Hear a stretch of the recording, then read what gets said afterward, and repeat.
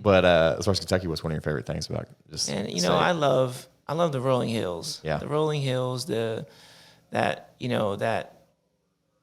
it varies, but usually that when the sun's going down and it's just shining, just everything's bright green and on the rolling hills. Yeah. Just that's one of my favorite things driving home, seeing that. But horse country, getting to go, camping at the gorge, going hiking around there.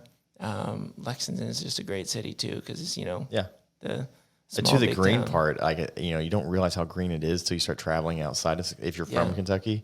And then I've necessarily known people that have moved here and just they thought it was fake, like how green the grass and the rolling hills were just compared to a lot of the other parts of the country and so forth. So yeah, I've definitely I don't like to mow my grass anymore if I can get away with not doing that.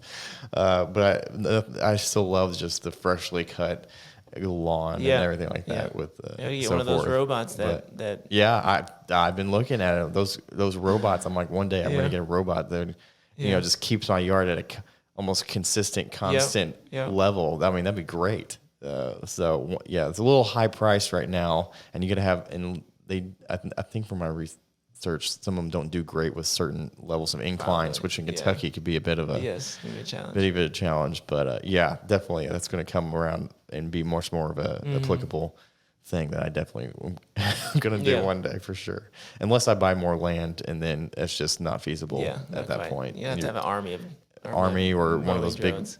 there's commercial ones out there. I know they're developing some. Not to true. get some kind of larger commercial one, but Well, Daniel, appreciate your time. Thanks for your insights on stuff, and we will see everybody back for another episode on the podcast next week. Thanks, Daniel. Yeah, thank you.